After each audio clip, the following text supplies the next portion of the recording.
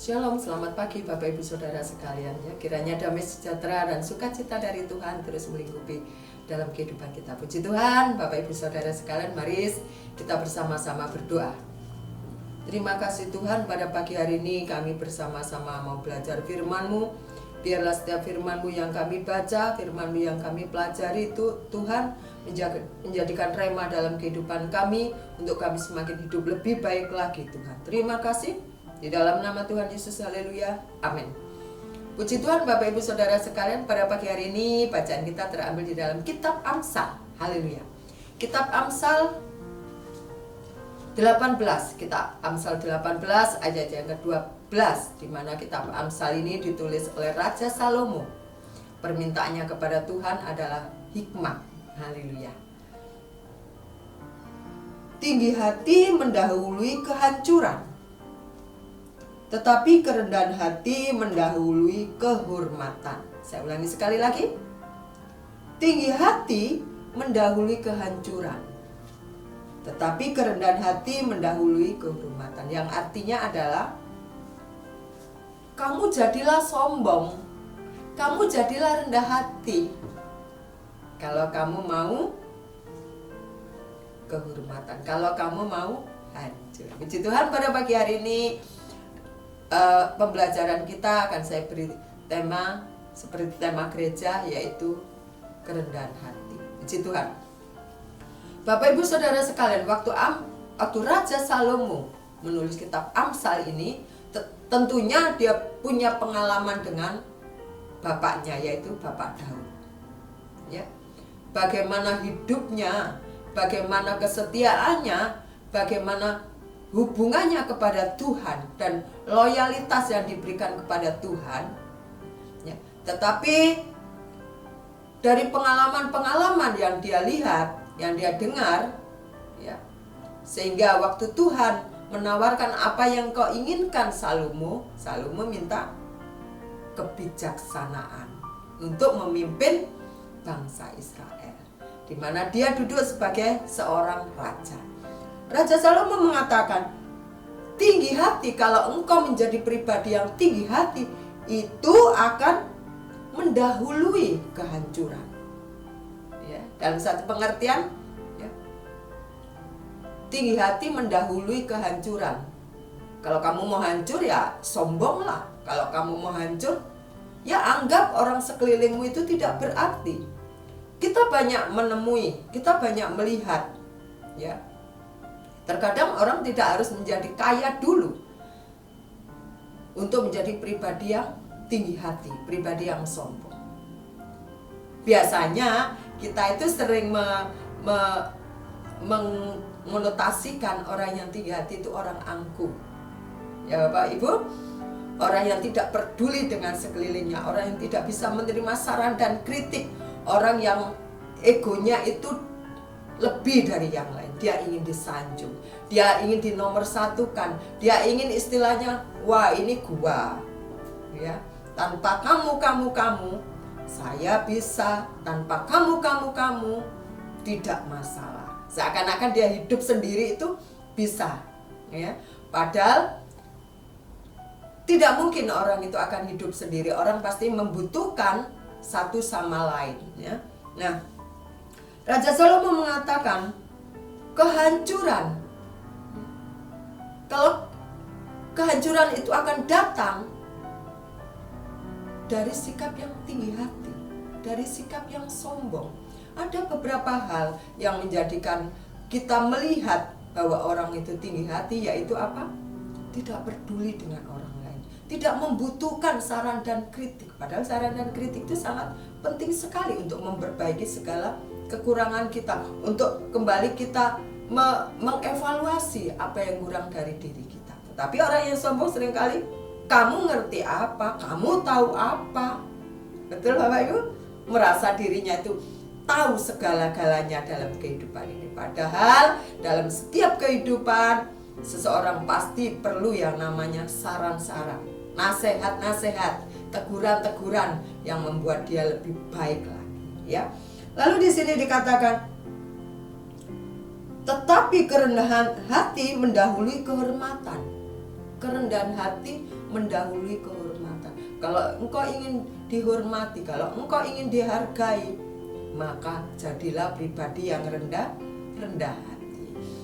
Di dalam Alkitab kita sering melihat beberapa para tokoh Alkitab itu yang mempunyai sikap yang tadinya rendah hati. Setelah memimpin bangsanya ini menjadi berhasil, dia lupa bahwa itu datangnya dari pertolongan Tuhan, maka dia menjadi arogan. Sikapnya berubah, yang tadinya tadinya rendah hati, selalu bertanya kepada Tuhan, mau berperang, mau apa, selalu bertanya kepada Tuhan. Setelah kerajaannya itu menjadi besar, dia tidak perlu Tuhan lagi. Dia akan putuskan, ya sekarang kita berperang. Sehingga peperangan itu hancur, dia menjadi kalah dan kerajaannya dicaplok oleh kerajaan lain. Waktu kita membaca kitab Daniel di pasal yang keempat, kita lihat Bapak Ibu ya, kitab Daniel pasal yang keempat, ayatnya yang ke-29, begini Bapak Ibu. Sebab setelah lewat 12 bulan, ketika ia sedang berjalan-jalan di atas istana raja di Babel, 30, berkatalah raja, bukankah itu Babel yang besar itu, yang dengan kekuatan kuasaku, kata raja, dan untuk kemuliaan kebesaranku, ya, telah ku bangun menjadi kota kerajaan. Raja belum habis bicara ketika suatu suara terdengar dari langit, kepadamu dinyatakan ya Raja Nebukadnezar, bahwa kerajaan telah beralih daripadamu. Engkau akan dihalau dari antara manusia, dan tempat tinggalmu akan ada di antara binatang-binatang di padang. Kepadamu akan diberikan makanan rumput seperti kepada lembu, dan demikianlah akan berlaku atasmu sampai 7 masa berlalu, hingga engkau mengaku bahwa yang maha tinggi berkuasa atas kerajaan manusia dan memberikannya kepada siapa yang dikehendaki. Bapak Ibu Saudara yang dikasihi oleh Tuhan, Nebukadnezar ini mulai pongah, mulai angkuh, mulai sombong pada saat kerajaannya besar. Kamu lihat Babel, kerajaan besar, ya. Kerajaannya siapa? Kerajaanku. Kamu lihat kuasa yang paling bagus itu siapa?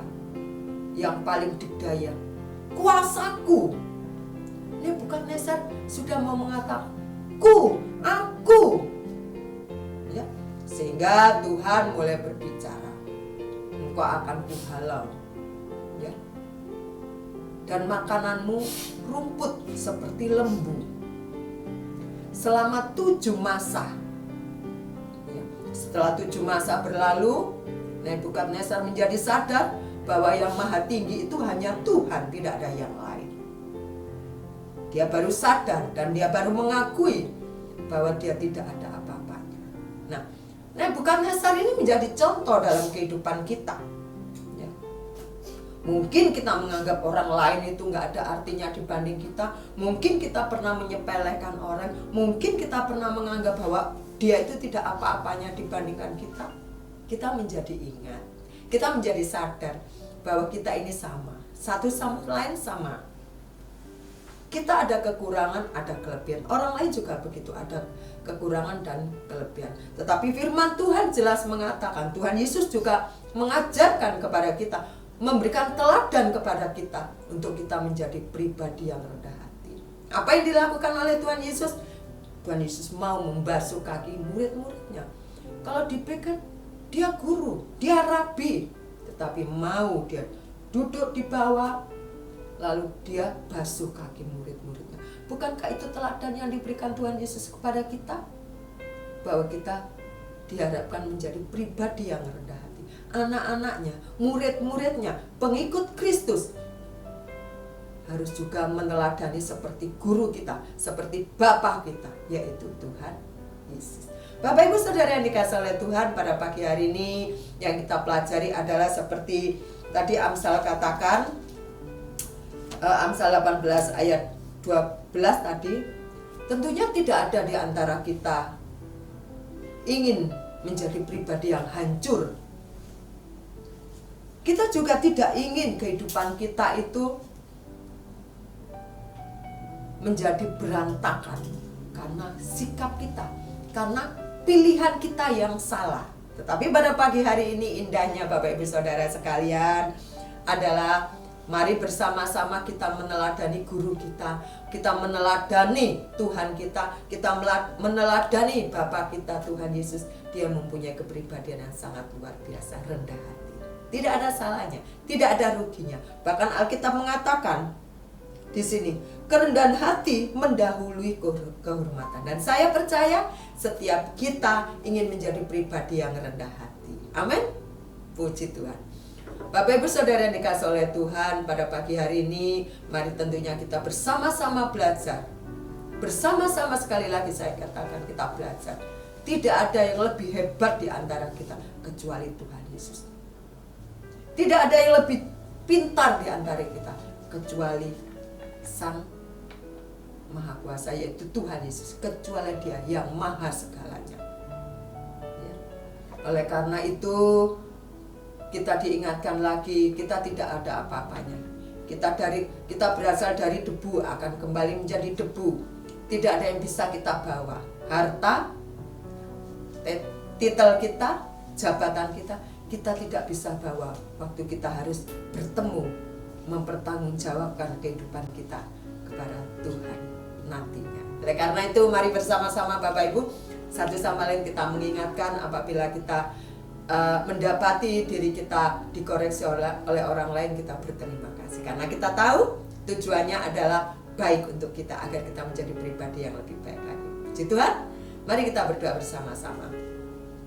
Tuhan Yesus, kami sadar kami adalah manusia yang lemah, yang selalu banyak dengan pikiran kami, dengan keinginan kami adalah pikiran dan keinginan yang salah. Kami sadar itu dengan tindakan-tindakan kami yang frontal, yang terkadang selalu menguntungkan diri kami sendiri dan merugikan orang lain. Pada pagi hari ini Tuhan, kami mau meneladani Engkau. Begitu Engkau rendah hati Tuhan. Dan kami percaya Engkau yang mengajarkan kepada kami, Engkau berharap kami mempunyai karakter yang rendah hati seperti ini. Pimpin kami, kuatkan kami, tuntun kami Tuhan. Pegang tangan kami agar hidup kami seturut dengan apa yang Engkau mau. Terima kasih Tuhan. Inilah ucapan syukur kami pada pagi hari ini, dan kami serahkan hidup kami sepenuhnya ke dalam tangan Tuhan. Di dalam nama Tuhan Yesus, haleluya, amin. Selamat pagi Bapak Ibu Saudara sekalian, tetap percaya bahwa Tuhan Yesus akan memimpin dan membimbing kita kepada jalan yang benar. Haleluya, amin.